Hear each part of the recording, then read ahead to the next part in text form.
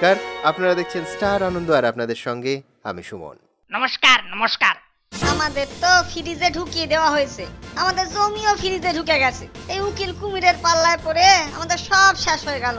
পরিবর্তন যখন এসেছে জমিও ফিরে পাবে। কিসের পরিবর্তন বলতে পারো? ওই ন্যাড়াটা নিজেকে কি মনে করে সুমন?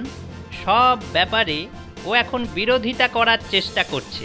খুব খারাপ হবে বলে দিচ্ছি। ব্যাটা উধো, তোমার তো কোনো পরিবর্তনই দেখতে পাচ্ছি না।